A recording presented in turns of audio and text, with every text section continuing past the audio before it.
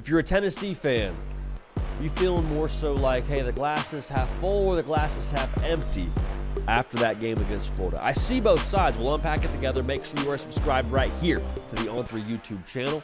We've had a lot of the Tennessee faithful get dialed in here and be subscribed, so thank you for that. But if you haven't yet subscribed, no time like the present.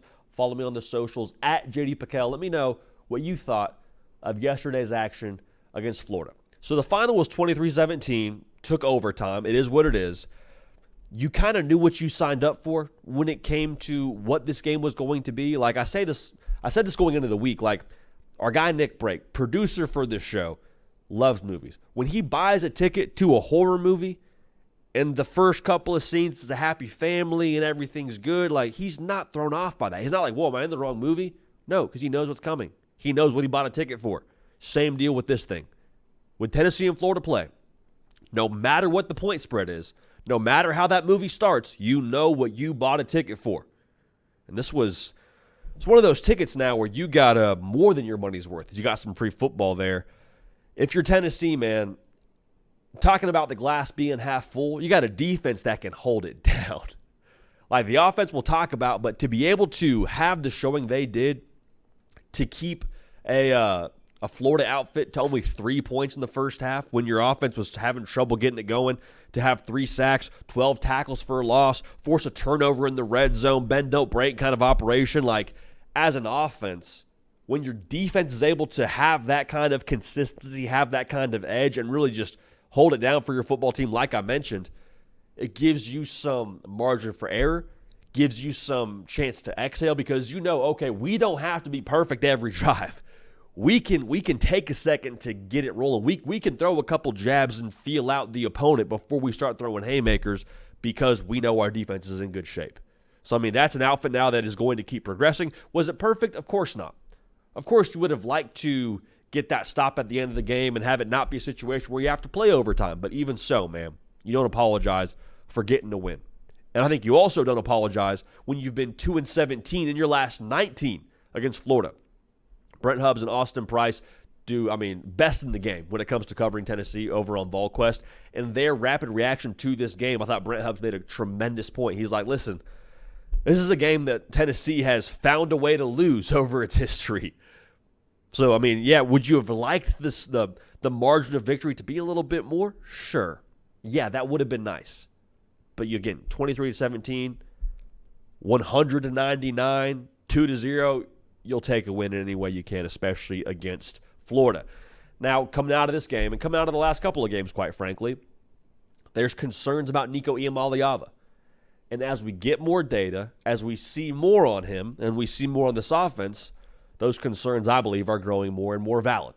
Okay, now he was under 200 yards yet again, had 2 turnovers. He had the interception, which was bad. He had the fumble, which was weird. Nico has his fair share, more than his fair share of responsibility in the offense not achieving what they expect to achieve.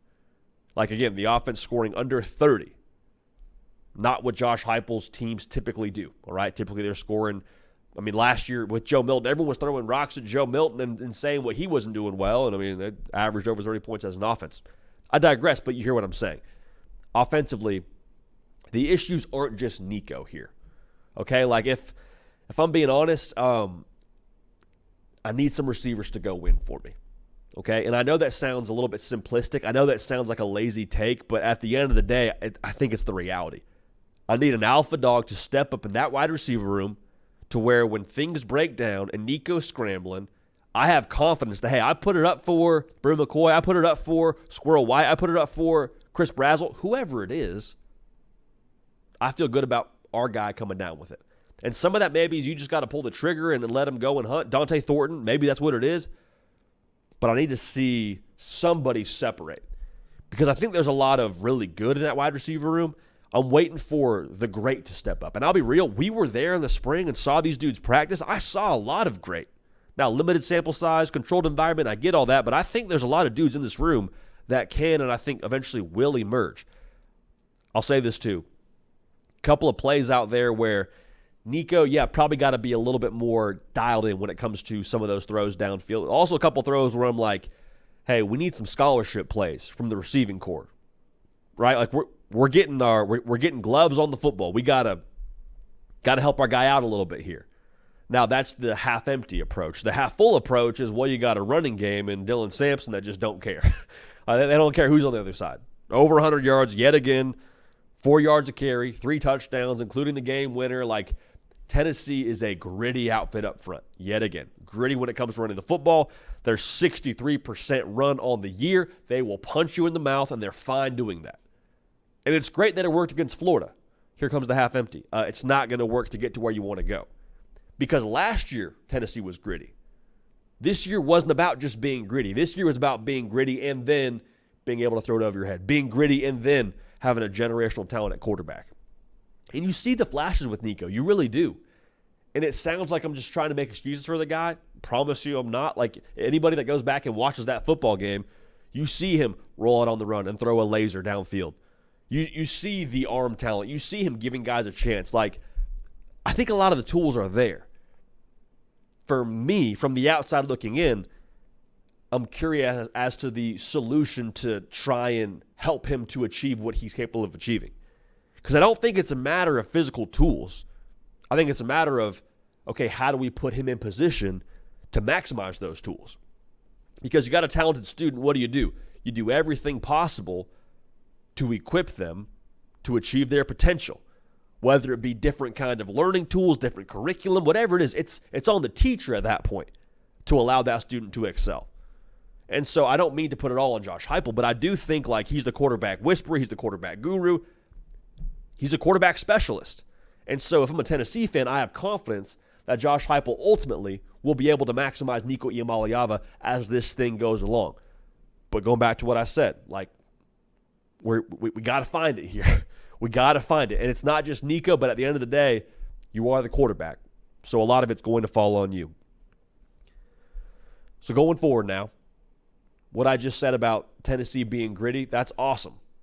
Gritty last year gets you a few losses. Gritty limits you in some games against big-time opponents. You got Alabama next week in Knoxville. Gritty, I don't think, is going to be enough. You got to have some downfield presence. Got to have some pop to the offense. So do you go back to square one and kind of rewire things and figure out how you want to call this thing different with Nico Iamaleava? Is it a play calling thing? Is it a, hey, we're going to try and involve Nico more in the quarterback run game and kind of get him in rhythm? Is it more quick game? I don't know. I don't have the answers. But I do think there has to be some, okay, let's retrace our steps and see how we can improve now going forward when we have a really good, really talented, quite frankly, what should be a pretty hungry and angry Alabama team rolling into town. The plane is now in the air if you're Tennessee. That's the tricky part. We're not on the runway anymore. The plane is in the air. We are up and cruising. We got to find a way to put all the pieces in the right spot to get to where we want to go. Because I'll say this again. With Nico, that's the tricky part. A lot of other things are in place now with this defense, with this run game, to where you expect more than just winning 8-9 football games. They have a roster outside of him that's better than that. I think you have a physical gifted quarterback that's better than that as well. I cannot wait to see how they respond. Because I think there will be some sense of urgency for Tennessee in this game. Not like there wasn't against Florida, or not like there wasn't in previous weeks, but you got third Saturday in October. You get dialed in for that one. All right? Can't wait to watch it. Appreciate y'all being dialed in and being subscribed yourself. Let me know on the socials at JD Piquel, Twitter and Instagram, what you thought of yesterday's action between Tennessee and Florida. We appreciate y'all. We love y'all. Going to keep this party rolling, and we will see y'all next time.